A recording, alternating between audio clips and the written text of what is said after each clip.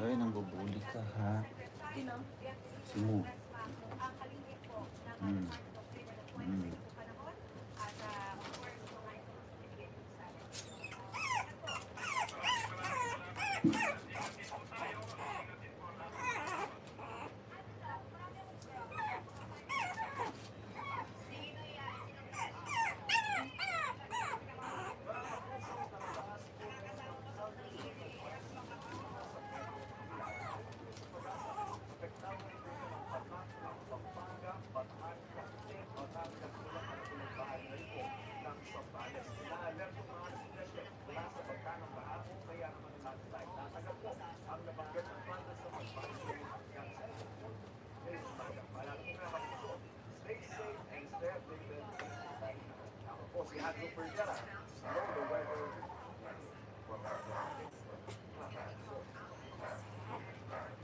Nauubalan ng baha na sunugalman ng presidente ng barangay 160 sa Caloocan. At ang kasunod, kabilang isang nadulas habang hinihikas.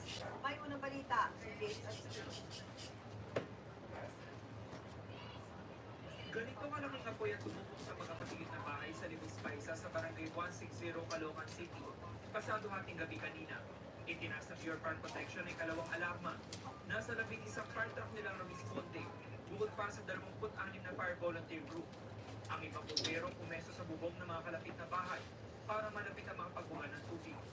Nagbayanihan din ang mga residente sa pagpapasa ng mga balde para masuklayan ng tubig ang fire truck. Lumikas sa mga apektadong residente sa isang tsape. Buti na lang po, hindi pa po ako nakakatulog na sa CR pa ako doon. Tapos yung asawa ko po tulog na. Nagulat po ako sa dalawa kong anak. Mama, sunog-sunog. Ayun na po. Wala po kaming nakalakapit po. Gusto lang. Tulog po kasi kami. Sa window lang po yung kapit na inisip ko din po agad yung anak ko. Diretso na po kami para wala na po kami na cellphone. Doble dagong para sa mga residente dahil agong bintiraw ang taas ng tubig sa saksagan ng malakas na buhos ng ulan kagabi. Paghuba ng baha, sunog naman ang hinarap nila. Binahala nga kami, tapos yung mga kapitbahay pa namin nasunugan kami lahat. Sobrang hirap po. Hindi namin alam kung paano kami babangon nito. 4 na residente ang naitalo na sugatan. Kabilang din si Bridget na nagtamo ng mga sugat sa iba't ibang bahagi ng katawan. Matapos madulas habang lumilikas. Pinabang yung dalawa kong anak, sila ang inunang kumuna. Pagbalik ko para magsalpasan na ng gamit, yung apoy nasa loob na ng bahay. Nalakas ko na yung makapal na usok na nagkagaling sa kapitbahay din. Nung nagmadali ako lumabas, yun ako na-off-balance. Alas 4:15 na madaling araw na tuluyang maapula ang sunog.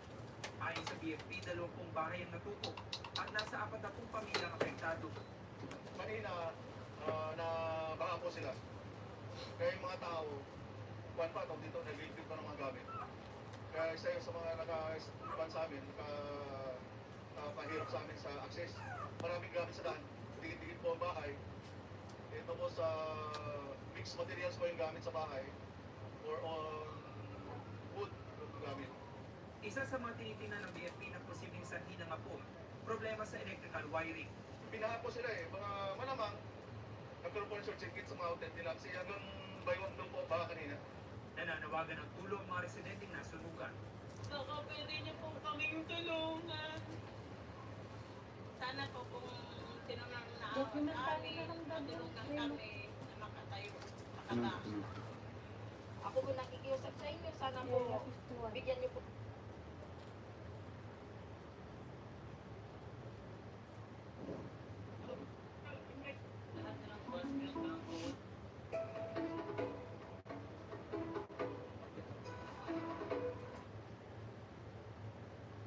I have had it with trying to organize all my tasks, due dates, and documents across a million different...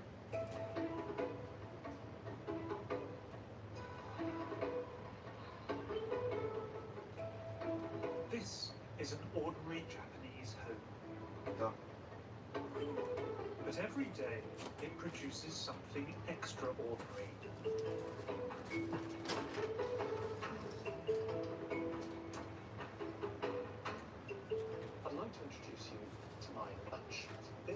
is a bento box. Now, it's said that in Japan you eat with your eyes. It's really, really important to appreciate the appearance of what you're about to consume. And what's more, this bento box even carries meaning. Its theme is Japan's favourite season, spring. So these little things are cut into the shape of cherry blossoms, and there are a number of vegetables, including this rape blossom, that only come out in the springtime. So this little bento box is almost like a work of art. It's got technique, it's got form, it's got meaning, it's got symbolism, and it's almost too beautiful to eat.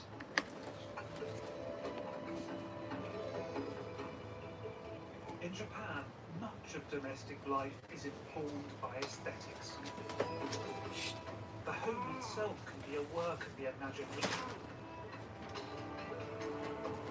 And many of the activities that take place inside it are performed with precision and grace.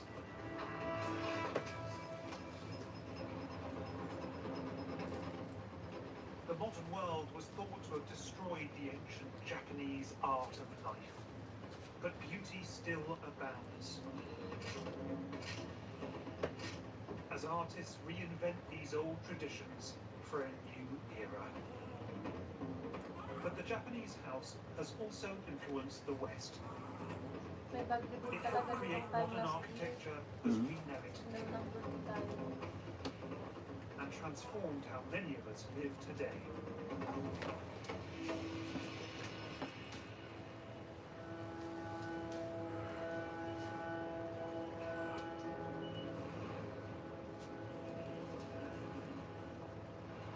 Japan has a population of 127 million people.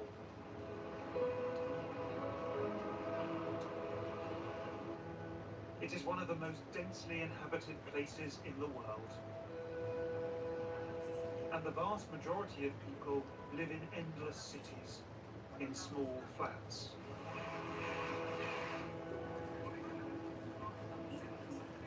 But it wasn't always like this. 100 years ago, 85% of Japan's population lived in the countryside, and they had done for centuries. Most of their rural homes are long gone.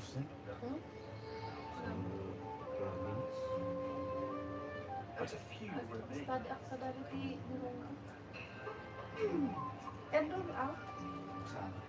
Teshima is one of Japan's last surviving traditional villages. And these are minka, vernacular houses once lived in by most of Japan's people. These minka might look rustic, but they're actually an amazing piece of technology designed to combat the extremes of the Japanese climate. The thatched roofs are steep enough to wash away the heavy summer rains and the winter snows, and the buildings have been lifted off the ground to create as much ventilation as possible during the hotter and more humid months of the year. And Japan's geography even dictated the way they were built. One of the defining features of this village, and indeed much of Japan's traditional architecture, is the abundance of wood. It's absolutely everywhere. And there are at least two reasons for that. The first reason is that wood is plentiful in Japan, while stone, which is mostly volcanic here, is too hard to build with. The second reason, and this is a little bit morbid I'm afraid, is that on the whole, wooden houses are safer. Yes, they're more likely to burn down, but they're less likely to crush their occupants in the event of an earthquake, and easier to reassemble in its aftermath. But though Japan's traditional house builders took up woodworking for practical reasons, they very quickly turned it into an art form. In fact, Japanese craftspeople pioneered a consummate form of carpentry unequalled in the West, and were able to construct whole houses without screws, nails or glue. Just ingenious techniques.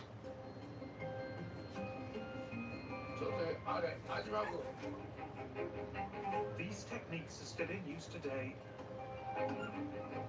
here at Nakamura Yoshiaki's workshop in Kyoto. Nakamura is one of Japan's most respected Tsukiya Daiku, or master carpenters. To become a Tsukiya Daiku, one must master a complex code combining ethics and practicalities. It's even present in the way a carpenter uses his tools. 日本では引きます。カンナをこう引く。いわゆる向こうからだんだんと手前へ引いてくる。それでノコギリも向こうから手前に引くようにノコの刃がなってます。ヨーロッパ、欧米のドアは押すという全く逆です。マッチも一緒ね。で、あなたたちのマッチはこうマッチで火をつけるときこう使う。それで我々はこう相手を考えてるんです。傷つけない。いわゆる個人主義的なところは押すんじゃないですか。Ever wondered why your skin keeps acting up? Dryness, breakouts, irritation, even with Respect is a cornerstone of the Tsukiya Daiku's philosophy, and it also applies to materials. In Japan, wood is more than a commodity. According to Shinto, it comes from a living, even sacred organism, and has to be treated with reverence. ヨーロッパの建築っていうのは自然に対して対峙してるっていうわけですね。対峙してますけれども、日本の建築は一緒に生きてるっていう。 Hindi po, pupunta yun doon. Tinakot na yung tulog. 平安時代、ちょうど1000年ほど前の日本の考え方は、家はまるで大きな木のように作る。 だから屋根は枝のように、あるいは葉っぱ、地葉のようにして軽く作る。で、幹は柱、ターナルです。柱。それでファンデーションはルーツです。根です。まあ、そういうように大きな樹木作ってその下に我々が生きている。まあ、っていうのが、まあ、日本人の建築に対する考え方。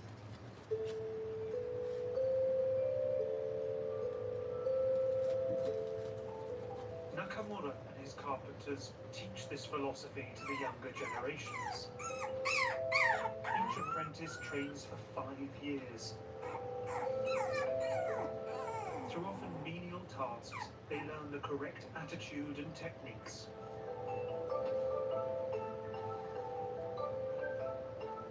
その接点の中でこう囲まれた空間を作るのが建築なんです。だから5年間いろんな端っこを見ながら掃除をしながら見るっていうことが建築をやっていく大工としてはすごく大事なことだと思います。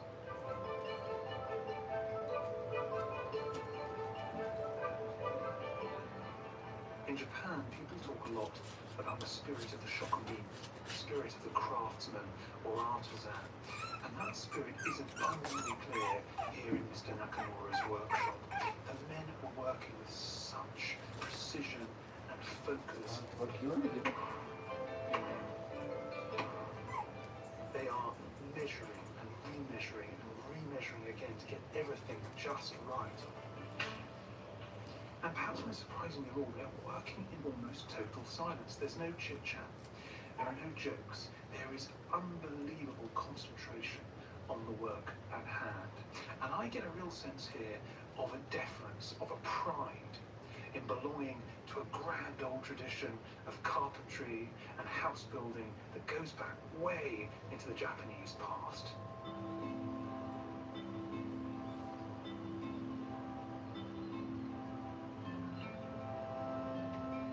One of Japan's finest surviving homes can be found in Yokohama, on the outskirts of Tokyo. This is Rinshunkaku. It was built in 1649 by a samurai lord called Yorinobu Tokugawa.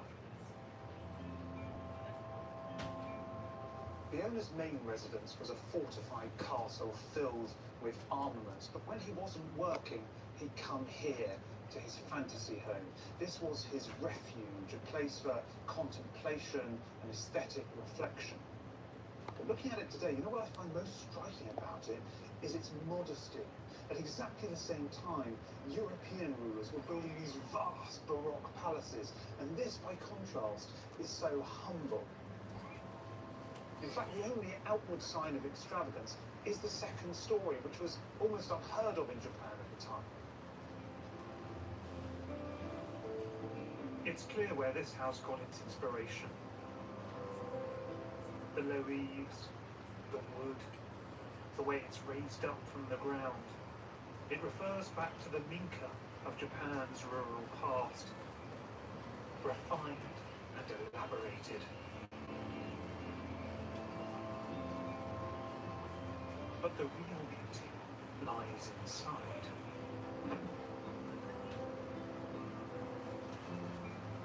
It is influenced by the simple aesthetic of Zen Buddhism. And it contains all the ingredients of the traditional Japanese interior.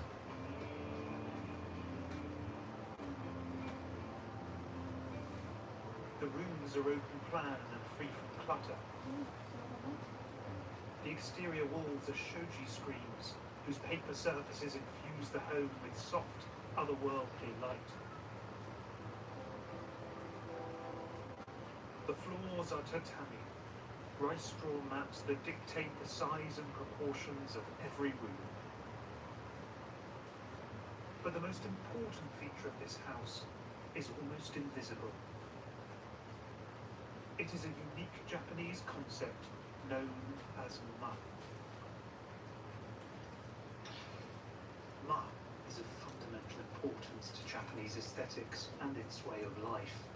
It refers to the negative spaces between things. The most obvious example of ma is silence. If I were to pause,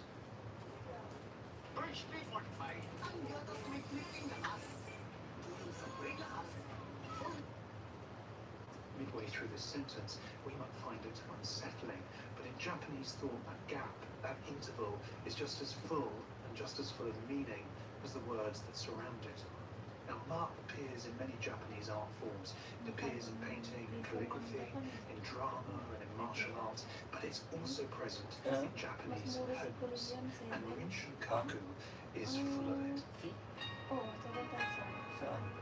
Sa PN4. just look around and you'll find negative space everywhere. Everyday yan? 8 AM to 12 noon. Ay, klase talaga.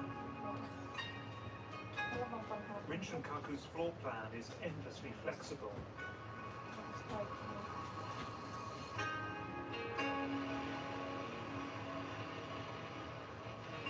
Partitions slide behind one another to open up the rooms.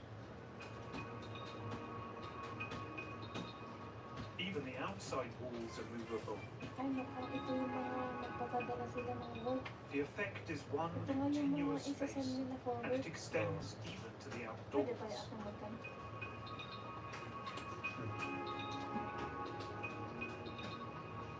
Ano ito nga eh?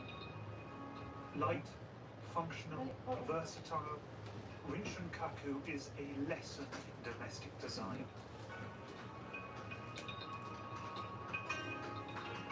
And houses like it have profoundly influenced modern architecture in the West. In the work of architects and designers like Frank Lloyd Wright, Charles and Ray Eames, Walter Gropius, and Le Corbusier. When modernist architects and designers first encountered traditional Japanese houses, they were astonished. As far as they were concerned, this was modernist architecture that just happened to be hundreds of years old. And of course today, open plan living, minimalist interiors, and clean, simple lines have become the very principles of 21st century living. But those principles were pioneered centuries ago in houses like these.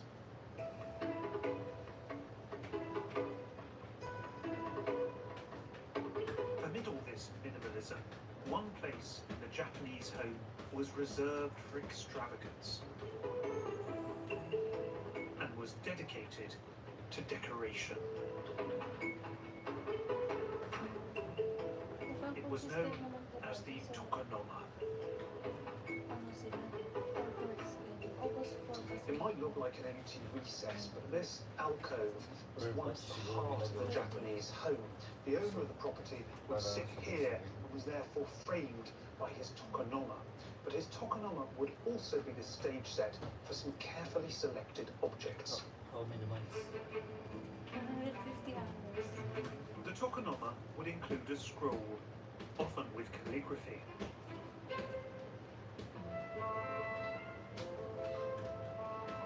And it would be joined by a simple floral arrangement.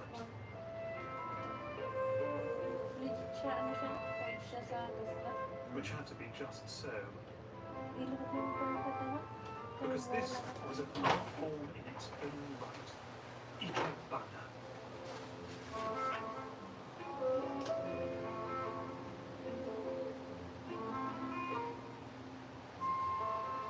Many Japanese people are obsessed with flower arranging.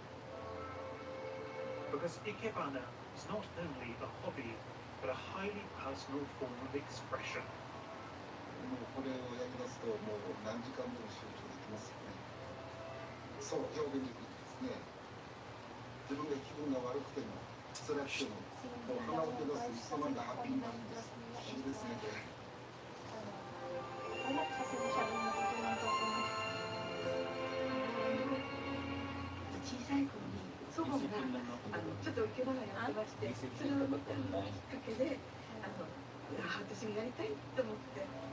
A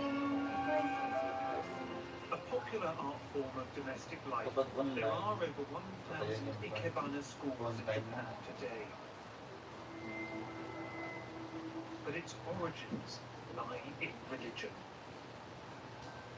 It started here at Shiunzan Chogoji Temple in Kyoto. In the 15th century, it was the home of a Buddhist monk called Senkei Ikenobu.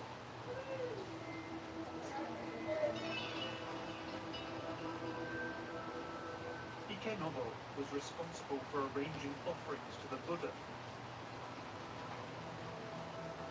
And he was particularly enamored of flowers.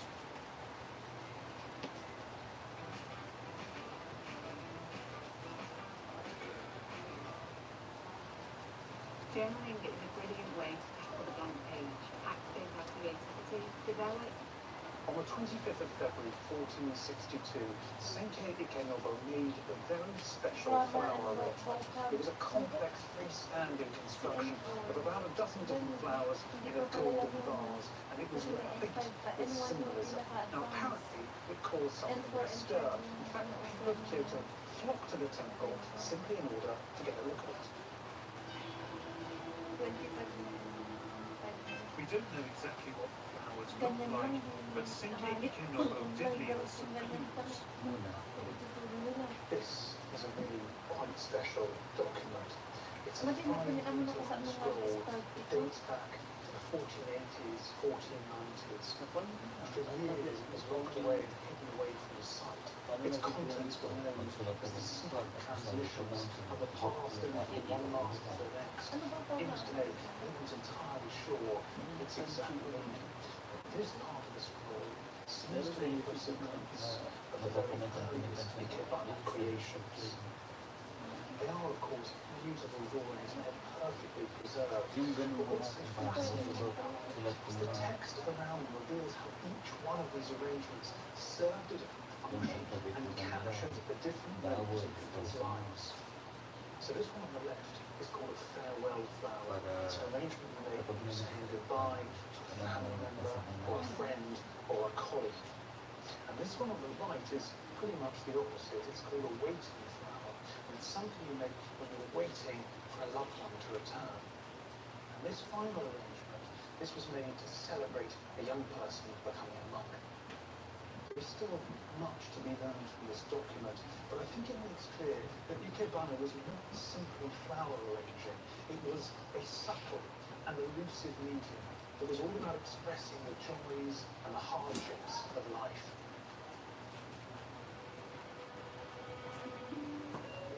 And over 500 years of history, practitioners of Ikebana have attempted to master it.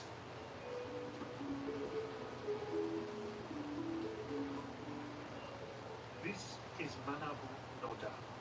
He may look like a bank manager, but he is one of Japan's most respected Ikebana masters. Students come to Ikenobo from around the world to see him work wonders with flowers. 生け花っていうのは花道ということがあります。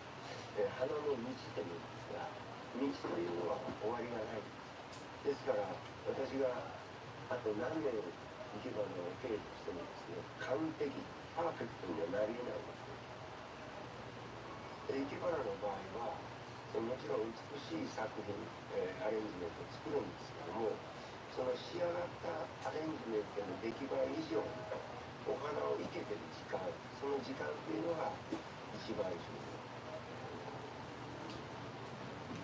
目に見えないものにならないんですけども、我々の生け花でいうと枝と枝との空間。実は私たちはお花を生けるというならば、そのお花が一番美しく見える間をお花の周りに、作り出していく。ここを重要視しています。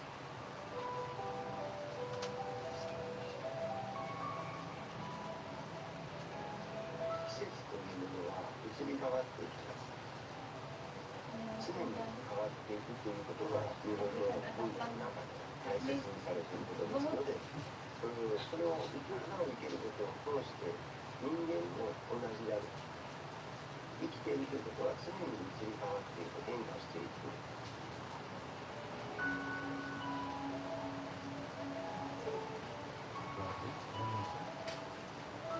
日本の和室だと床の間に飾って、その床の間の花を媒介として人と人が触れ合うことに。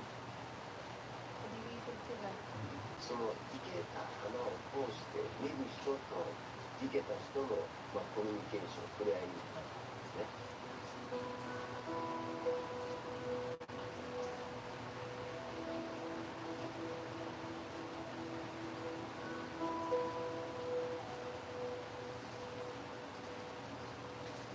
There are very specific guidelines about looking at Ikebana. You position yourself here, one tatami back from the tokonoma, and it's very, very important that you are face to face with the arrangement. You can't be looking at it from the sides. Anyway, once you have your position, take a breath, compose yourself, and then you can begin to look. You have to begin by looking at the very base of the arrangement. You're looking specifically at the point at which the plants first emerge from the water. Now that's a really, really important part of Ikebana. It's known as the Mizuki, where the water's edge, and that is the origin of life itself. Anyway, once you've meditated and reflected on that, then you begin to raise your head and follow the line of the plants upwards and upwards and upwards until you reach the very top. When you reach the very top, take another breath, and then you can begin to appreciate the arrangement in its entirety.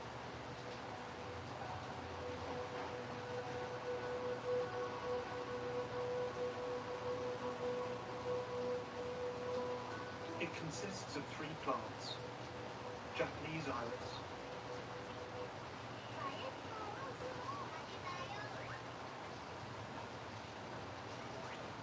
spirea, and green maple.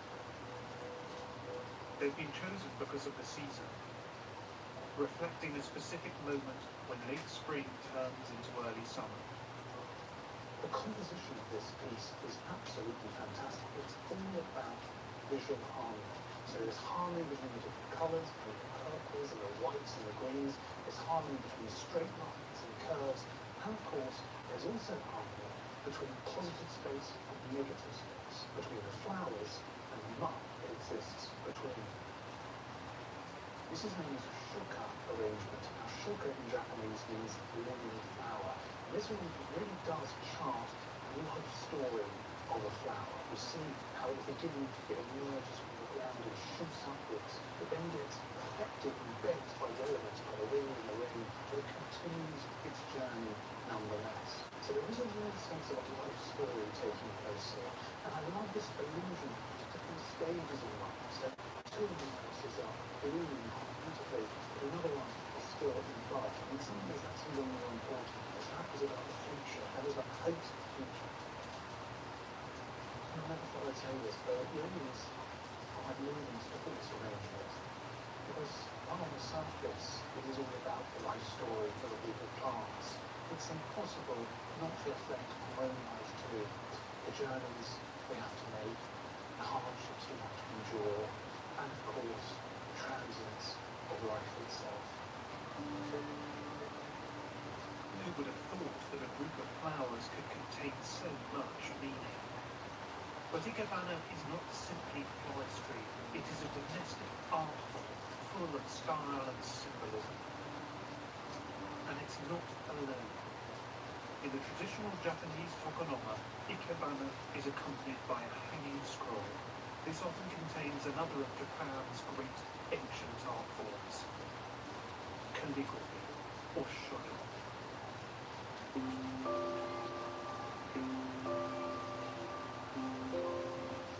Shinochoji is a quiet neighborhood not far from Kyoto. And this is the home of one of the rising stars of Japanese calligraphy.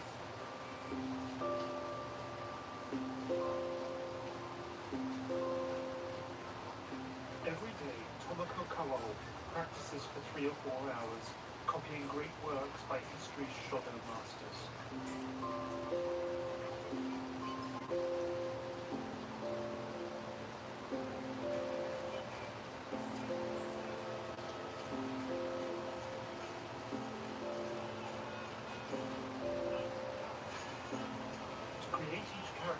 There's a set order of strokes,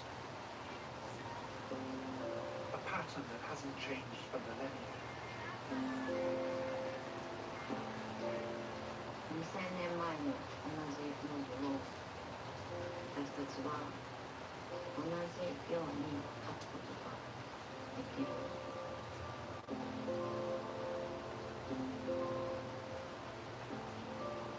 まず書道の一つの特徴として、最初から書き始めから書き終わりっていうのが道をたどることができる。昔の、書道の書いたもの、それを見ると、この人はすごい悲しい気持ちでこれを書いたのかなとか、すごくこう怒っている気持ちで筆が激しく動いているとか、その筆遣いによってその人の感情だったり、その文字によってその人の性格、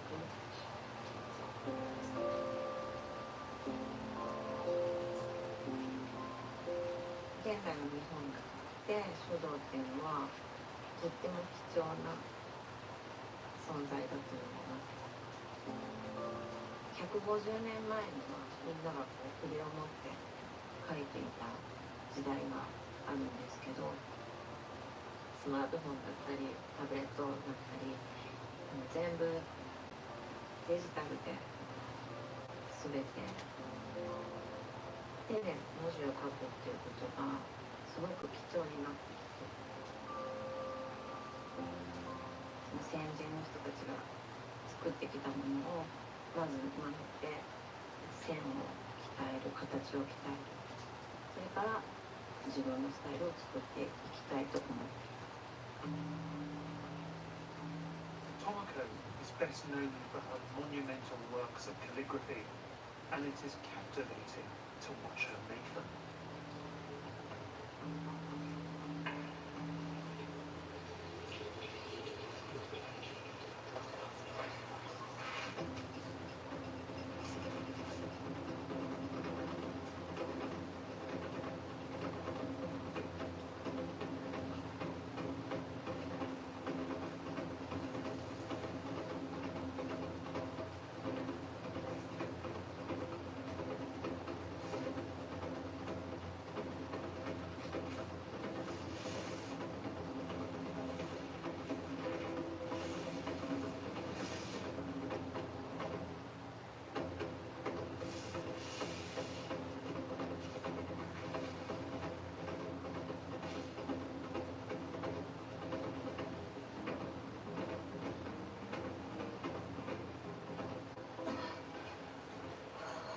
ぜ書道が人の心を表すのに適していると言われているかというと、自分の心の動きが腕の動きとして紙に表現されるからだと思います。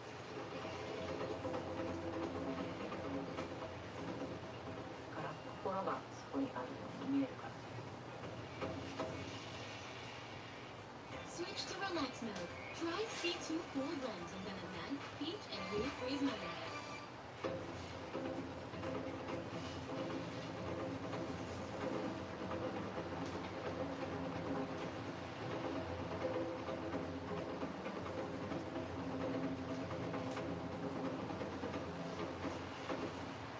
二度書きができるっていうのは書道のとても重要なところだと思っていて、とても潔い、そこに全神経を集中して作品を一緒にして作る。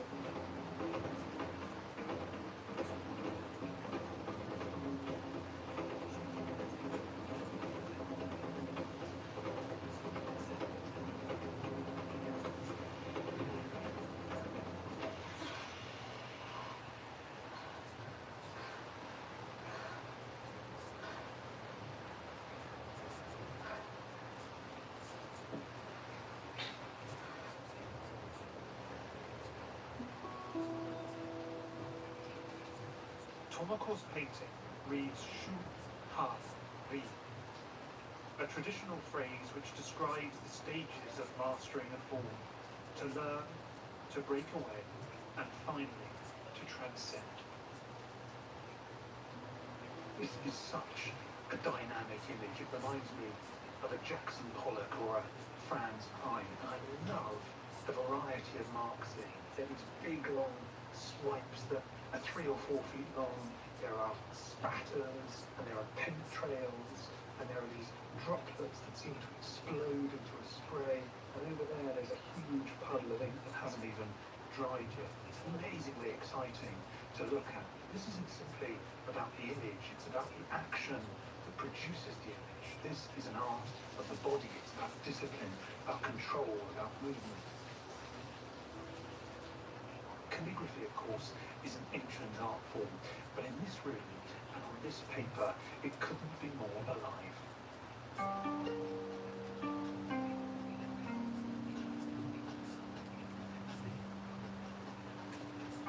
Today, most Japanese homes seem far removed from the country's graceful traditions. Everyday life may be ordered and peaceful, but it isn't particularly Japanese. Critics have claimed that people no longer care about preserving their native traditions.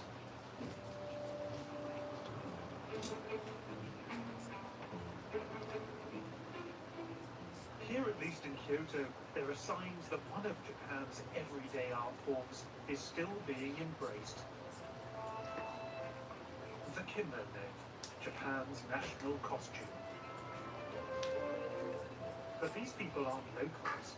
They're mostly Asian tourists who've paid vast sums of money to play act Japan's past.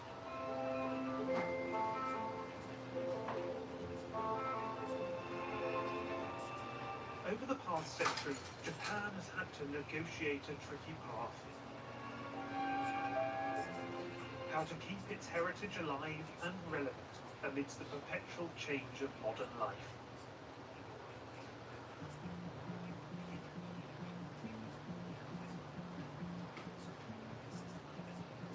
Since the 1950s, Japan's booming population transformed the way its citizens lived.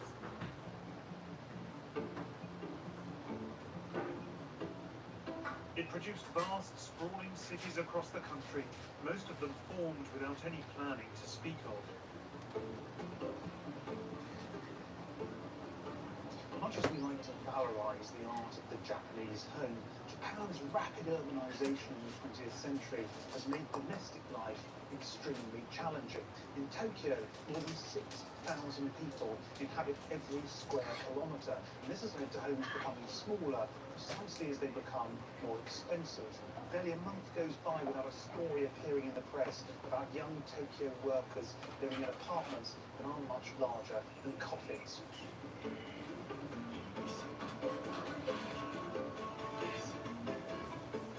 Incredibly, the average Japanese home now only lasts for 30 years.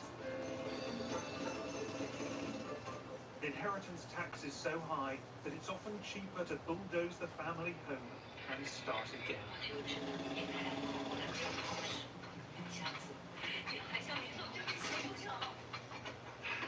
The relentless rebuilding of Japan in the post-war years has produced vast swathes of awful architecture and some really horrible homes. But it's also created opportunities. There are more architects per capita in Japan than in any other country in the world. And because of relaxed planning regulations and severely limited space, these architects have been able to take creative risks that aren't always possible elsewhere.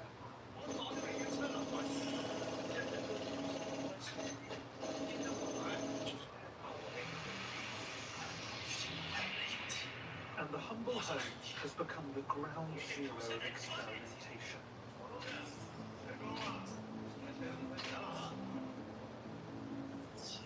All sharp edges, repeated forms, and concrete walls. Even in the most sleepy neighbourhood, you'll stumble upon houses that seem to have crash-landed from the future. Or at least from some postmodernist textbook. Some have no windows, and others no walls. But there is method in this madness. Japanese cities can be aggressively ugly and messy places, and modern houses like this one are part of a fight against that. They're an attempt to make spaces that are beautiful and ordered and peaceful amid the seemingly endless urban chaos that surrounds them. They are in many respects a return to the ancient lessons of Zen, but crossbred with modern minimalism.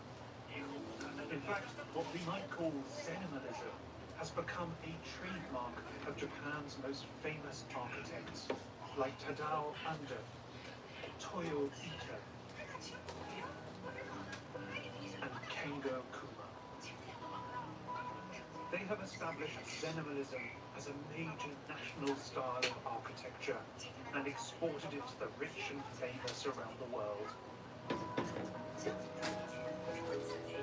But though Zenimalism began with the rich, it soon reached everyone else.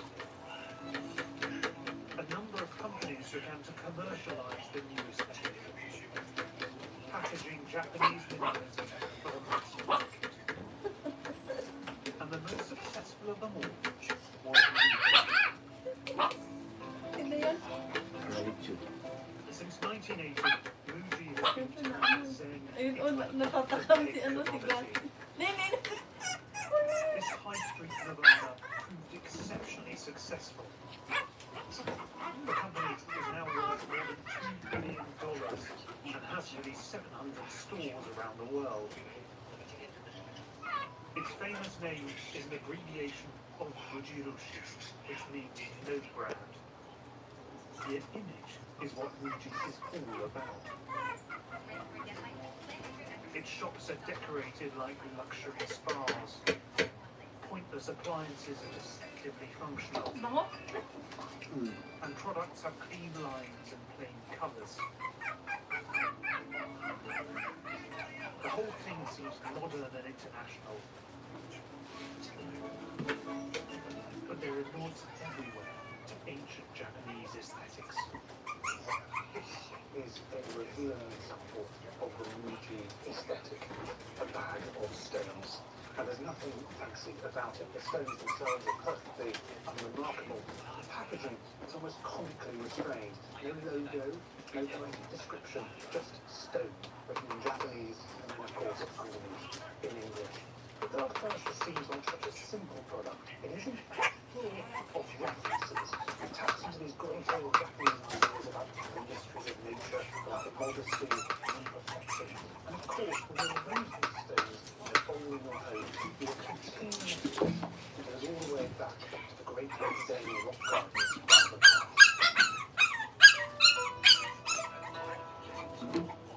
In much of its advertising, Muji offers up a timeless vision of the land of the rising sun. It also offers to bring the beauty of Zen into your home, provided you purchase its products. Many of us think that Muji epitomizes the Japanese aesthetic, but it's the product of an entire people who miraculously understand that less is more. But Muji isn't the real Japan, just like IKEA isn't the real Sweden, and Laura Ashley isn't the real Britain.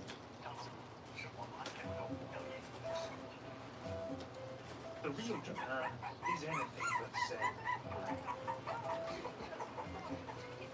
It's a place of urban clutter, exposed power cables, and small, messy homes. To understand these homes, I've come to an apartment block in the heart of Tokyo and to one of the great chroniclers and champions of contemporary Japanese.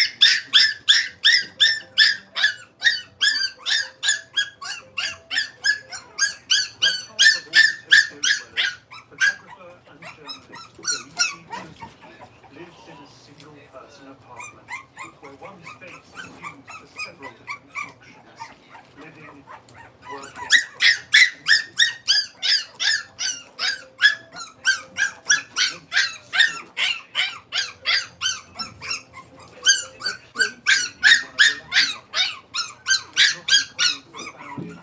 to live in a space this size.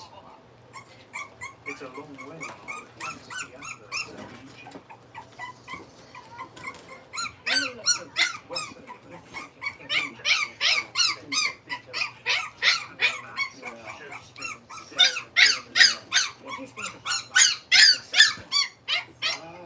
Kind of embarrassing, I think, no?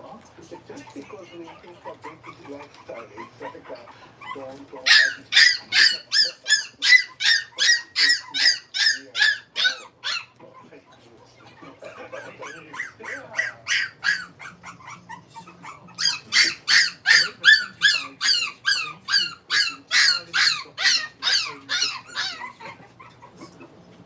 until recently, no one talks about normal people, normal life.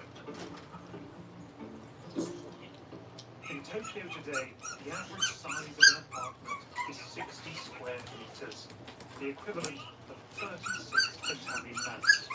For example, this is a typical Tokyo apartment. So this is one apartment. Yeah, it's for one apartment. Do you remember the person who lived there? He was a young cartoon manga. You know, whenever I go to the apartment, I told her, don't try to clean up. I want to see you live. Yes. I feel like I'm showing like a dark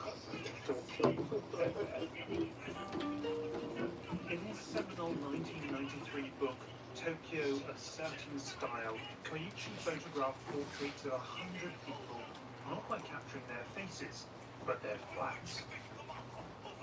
In doing so, he documented the lives of ordinary city dwellers who'd been largely ignored. This is a house of a guy who is a music critic.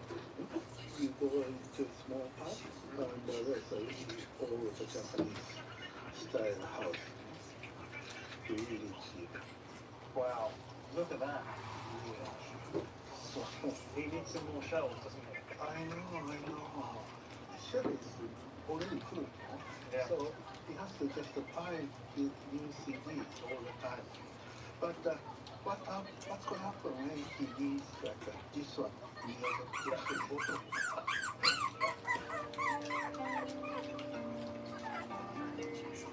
You talk about empty space, there's that word lump. You didn't see much of it in your travels. No, there's no space for that. No space for space. No space for space, exactly. To traditional critics, these homes epitomized all that was wrong with modern Japanese life. We forget that Zen attitude or philosophy, and we lost our classic aesthetics and everything. So it was so negative point of view towards modern life, and I wanted to change that. I met a young DJ wannabe. He lives in that 4.5 tatami room. So this is all one room. Yeah, in a 3 meter square. That is the entire floor space. 1 meter. But you know, there's a famous saying then that you need only a half tatami to meditate. Only 1 tatami to sleep. So more than that is just a luxury. Koichi's work documents a fascinating urban phenomenon. Within the confines of tiny spaces, people have found remarkable freedom, plundering east and west, old and new. Their magpie aesthetic has produced a style that both is and isn't Japanese, and seems genuinely democratic.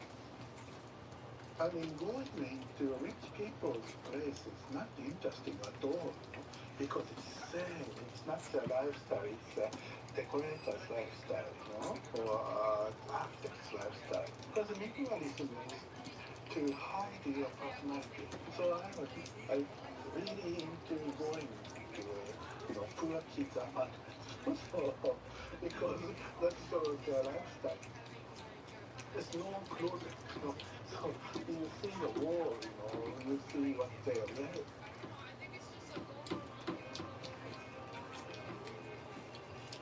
Small places is a representation of people's life, everyday life.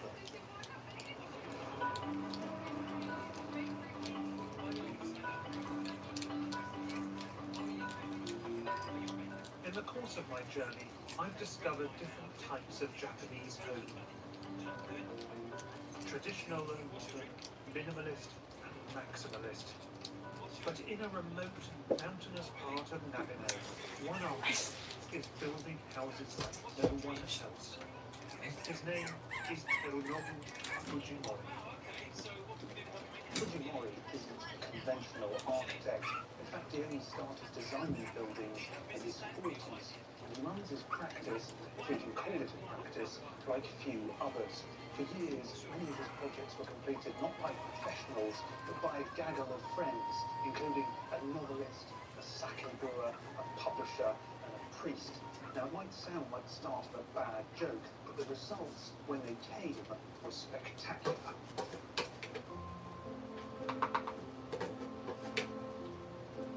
On a small patch of land behind his house is one of his most bizarre creations.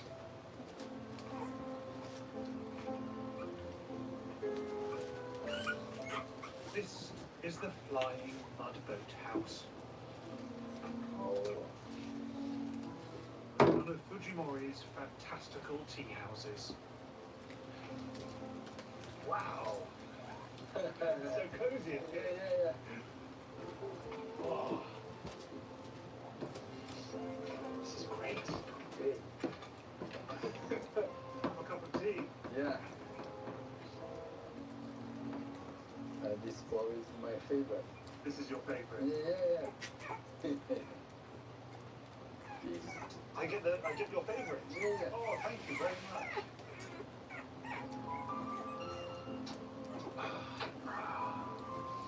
Delicious. Very strong. Yeah, too strong. Fujimori's style may be eccentric, but it's grounded in some of Japan's oldest beliefs. 日本の神道というのは自然の中の、スピリッツというのを非常に大事にするという宗教です。で、それは私にとって私の人生にとっても大事なことですし、特に建築にとっても自然とあまり矛盾しない、あるいは自然に溶け込むような建物を作るっていうことで、私にとっても非常に神道っていうのは影響を与えると思います。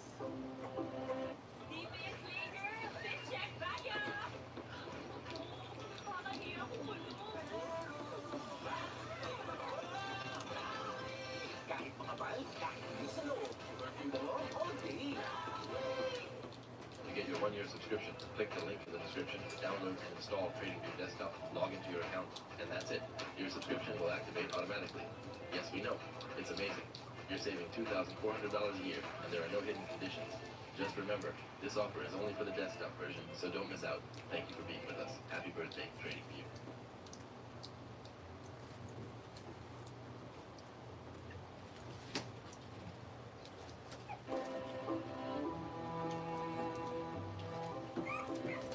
Growing up in the countryside, Fujimori spent his childhood tending the trees in the nearby forest. But the trees provided more than timber. Childhood baseball, ball, bat. おもちゃというようなものはあんまりなかった。すべて木で作ったり、木を使って遊ぶ。ワン、ツー、スリー。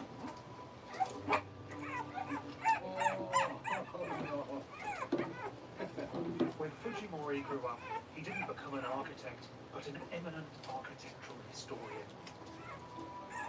He might never have built a thing, but in 1989 he was asked by the people of his village to design a museum dedicated to an ancient Shinto shrine.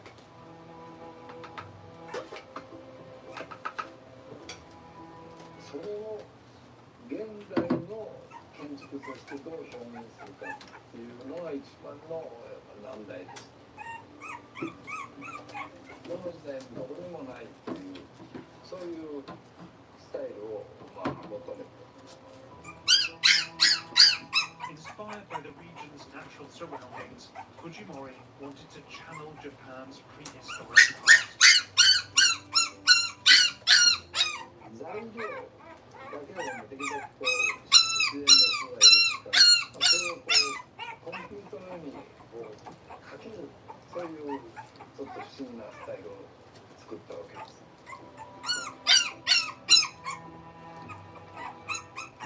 His first building that most people baffled. 私の親とかね、私の近所の人たちはなんでこんな古臭い昔のようなものをできたんだってとても奇跡です。But there were some sympathizers. Young architects of this generation, like Toyo Ito and Tadao Ando. 何をやろうとしているかは分からないけど、何か大事なことのようだからこういうことをもっとやったらどうかって勧めてくれました。Commissions weren't forthcoming, so Fujimori designed a spectacular house for himself. タンポポっていうのは最も日本で春の花として、子供たちが好きなんです。で、そのタンポポを壁と屋根に植えたいと思ったんです。当然のようにどっかの注文がない。それで自分家でやること。Dandelion House was the first in a series of buildings sprouting all manner of plant life. Leeks, grass, even trees.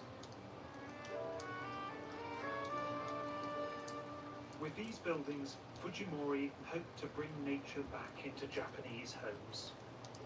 やはり現代の建築や都市には自然が少ないんですけども、それは良くないという。やはり人間にとっては自然の素材とか自然、土とか緑とか水っていうのが身近にあるってことが基本的に大事なことだと思う。現代の東京というのはものすごい勢いまた変わり始める。特に超高層ビルがどんどん立ち始めているんですけれども、おそらくそういうものがたくさんできればできるほど、おそらく反対のもの、小さなものとか自然的なものっていうのは人間にとっては絶対に必要だと考えております。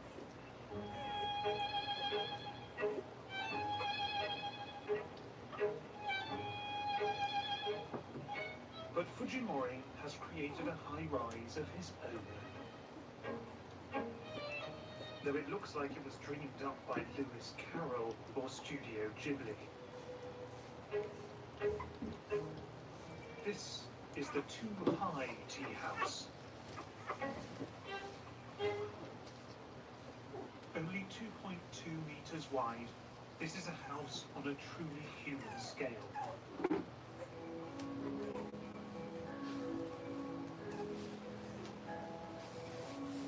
The gilded lantern in the ceiling turns the whole place golden at sunset.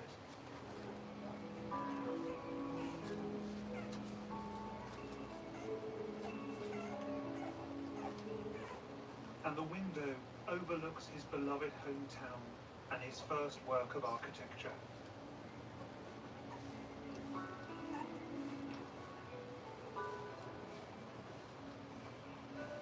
Though this building belongs to a great Japanese tradition, it taps into something far more universal and far more human. And I love how personal this building is. I love the fact that it was tailored to the size of Fujimori's own body. I love the fact that he built it with his friends. And I love the fact that as you look out over the various views around it, you can see the mountains that he loved so much. You can see his family home, the plot of land on which he was born.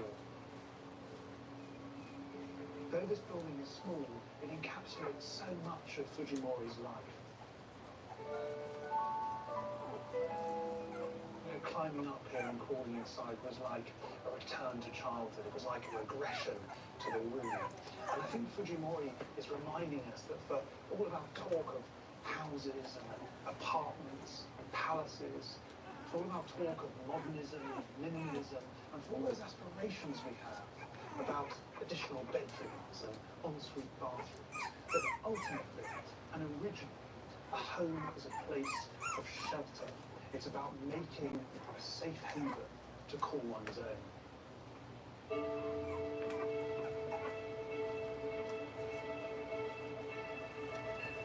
This series has explored Japan's rich and complex culture. A culture that has been shaped by the outside world, but is unlike any other.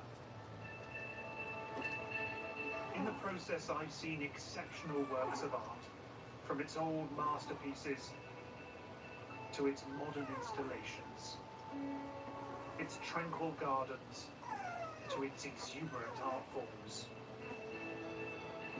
But in the course of my travels, I found art in more than just artworks. I found beauty in landscapes, the seasons, in people's homes, and above all, in their lives. One of the things I've noticed here over and over again is the artfulness of people. There's a precision and elegance in so much of what they do. Japan, of course, is a complex and challenging place.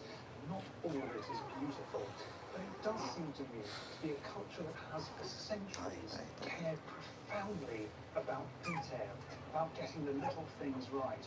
And that is why, even in the most ordinary places, beauty can usually be found.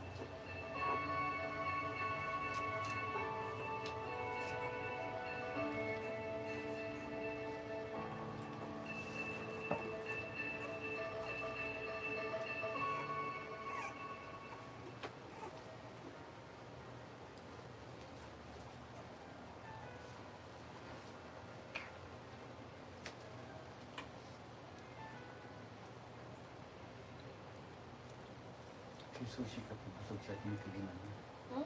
Si Sushi kapag busog, titignan na. Ayaw. Yung iba, pipilitin lang ubusin.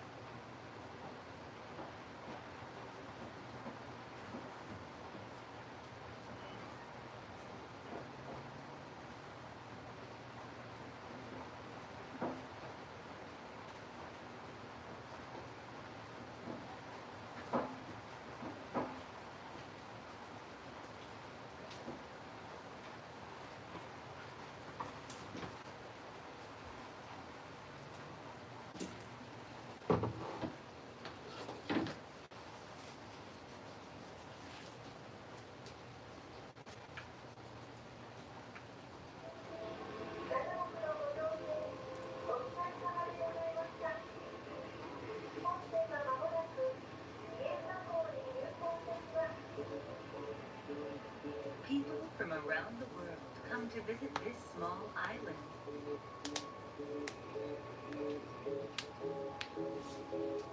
Making travelers feel welcome through cooking is this woman. 孫が来たとか娘が来たみたいな感じでおしゃべりして、ほな向こうもおばあちゃんの皮もらえますって言うんよ。 Made from prized local ingredients, her cooking brings smiles to her guests and herself as well. She has been living on this island for nearly 90 years.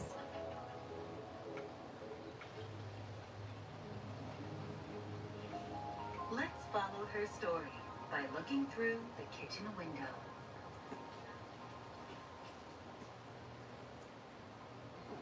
The Seto Inland Sea is located in western Japan. Every 3 years, the islands in the area play host to the Setochi Triennale, a contemporary art festival. One of the festival locations is on Teshima, an island in Kagawa Prefecture. The island abounds with art installations and art museums.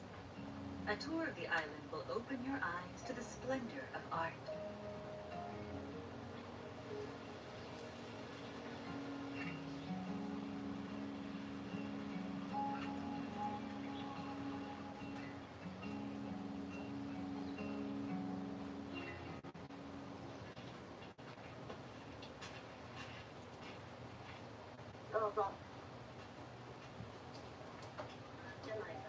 Hanae was born and raised on the island.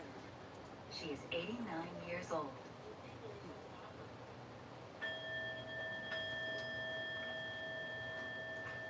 Her husband passed away 3 years ago.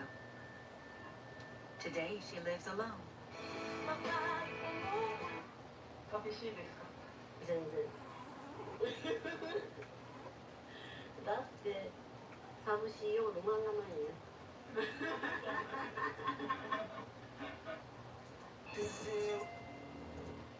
いはい、どうぞ。こんにちは。こんにちは、いらっしゃいませ。お邪魔します。よろしくお願いします。 Tourists from Tokyo pay a visit. Running a ninpaku, Hanae provides travelers with lodging in her home's spare rooms.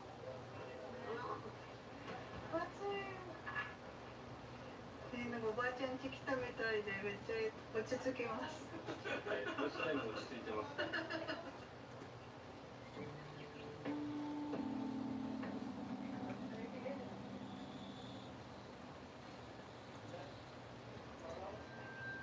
Teshima has a population of about 760.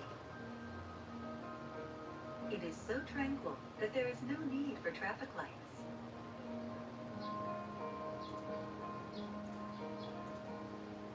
No convenience stores or supermarkets can be found as well.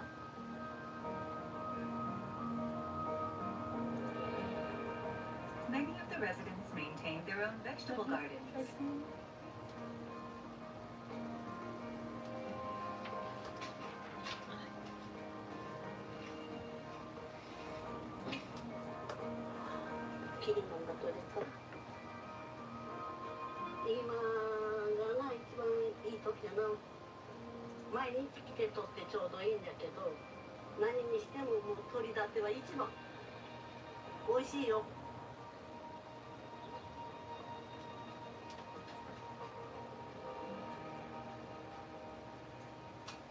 With her homegrown vegetables in hand, she heads to a nearby house.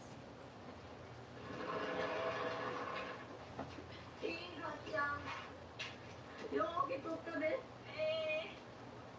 ご苦労さん。もうすげなきゅうりやな。大きながな、もっともっと大きな。Her friend Hiroko.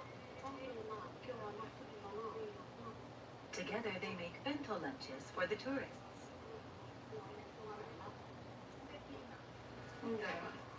何するかな。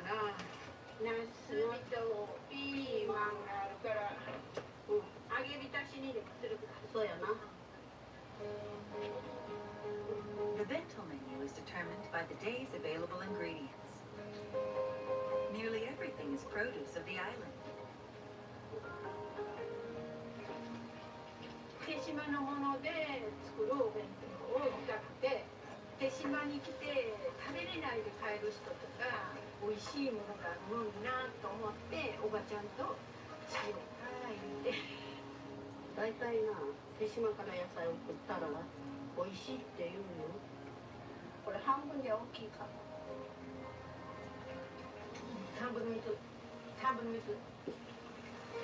はい。 The freshly picked vegetables are fried. Then seasoned with dashi and soy sauce. Hiroko moved to the island as a bride 50 years ago. They've been close ever since.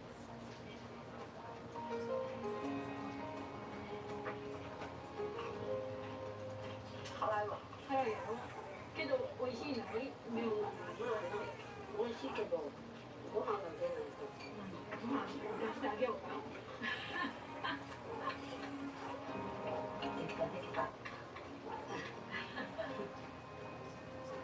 Placed on top, the food portions cover the rice until it is no longer visible.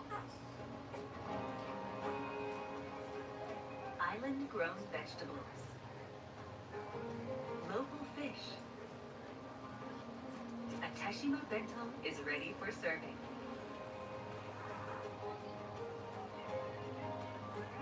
Bentos must be ordered in advance. After adding English to their website, orders from foreign visitors increased. 外国の方もこの間10何個かな作ったよな。その時すごく美味しかったんで喜んで帰ったよって言ってくれたんだけど。Even outside the festival period, people worldwide make their way to see Teshima's permanent collections. Coming here to see by ourselves, I think is the best, and that's what really impacts us. 이렇게 이 섬 전체를 사유할 수 있다는 점이 너무 좋은 것 같고 예술을 사랑하는 사람들에게 추천하고 싶습니다.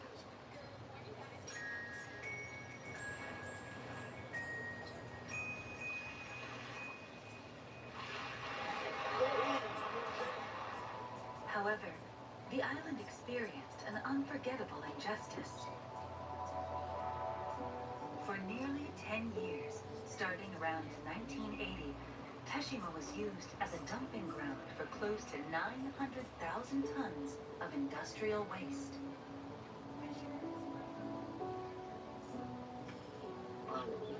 道路にゴミが落ちるしな。その車の横通ったら臭かったんは覚えとる。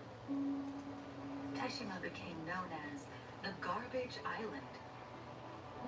Outraged, its citizens banded together to demand the prefecture remove the waste. Hanae had been dealing with this issue since she was in her 40s.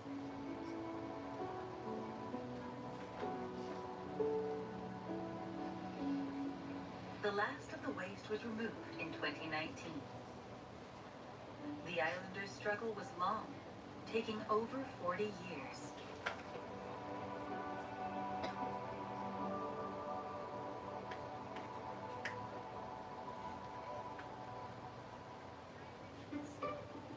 An island-wide undertaking into private lodging began with the start of the art festival. At 77, Hanae and her husband opened their home to lodgers. なんとさ、そんなもしたら誰が来んない。そうよ、言ってよ。でもそんならまあしてみようかってしたら案外。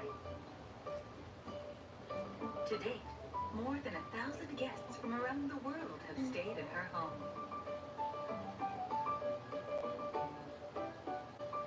Don't let her age fool you. Hanae uses the latest apps to bridge the communication gap. 明日の朝は7時に起きて畑へ行きましょう。She hosts several groups a month and is careful to stay within her limit.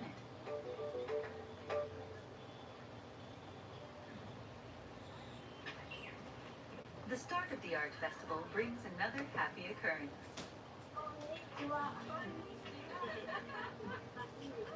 After living in Australia, Hiroko's daughter, Reiko, has returned to the island to renovate a traditional Japanese home and turn it into a minpaku. Hanai helped Reiko by providing lumber left behind by her carpenter husband.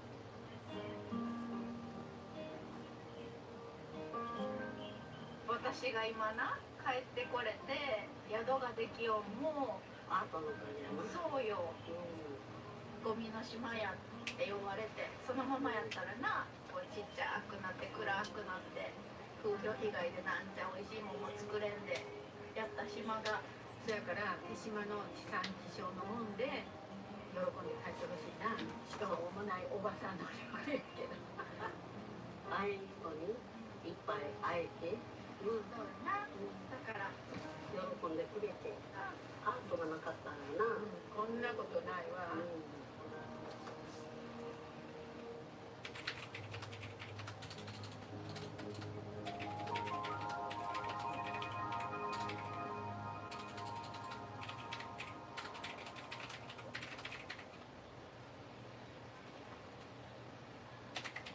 はい、行きますか。In the morning, Hanai takes her guests to the garden. 頑張ってよいしょ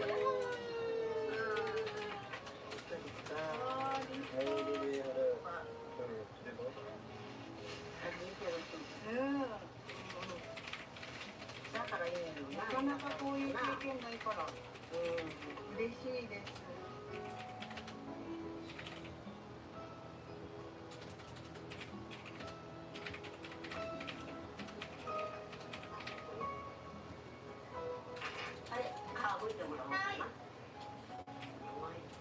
Hanai guides guests through the breakfast preparations.